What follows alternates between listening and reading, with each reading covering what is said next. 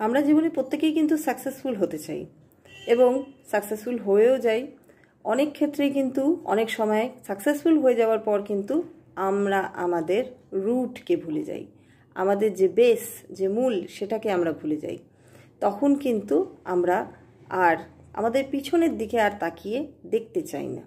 হ্যাঁ, এটা ঠিক, সবসময় কষ্টদায়ক বেদনাদায়ক পিছনে ফিরে তাকানো উচিত নয়, কিন্তু আমাদের পাস্ট লাইফ কিংবা আমাদের মূল যেটা রুট, সেটাকেও ভুলে গেলে কিন্তু চলবে না।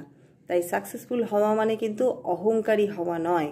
জীবনে নিজের গ্রাউন্ডের সাথে আরও শক্তপোক্তভাবে নিজেকে যুক্ত করে রেখে আরও উপরের দিকে কিন্তু অ্যাম্বিশনের পথে অগ্রসর হওয়া, সেটা কি সাকসেসফুল হওয়া বলে।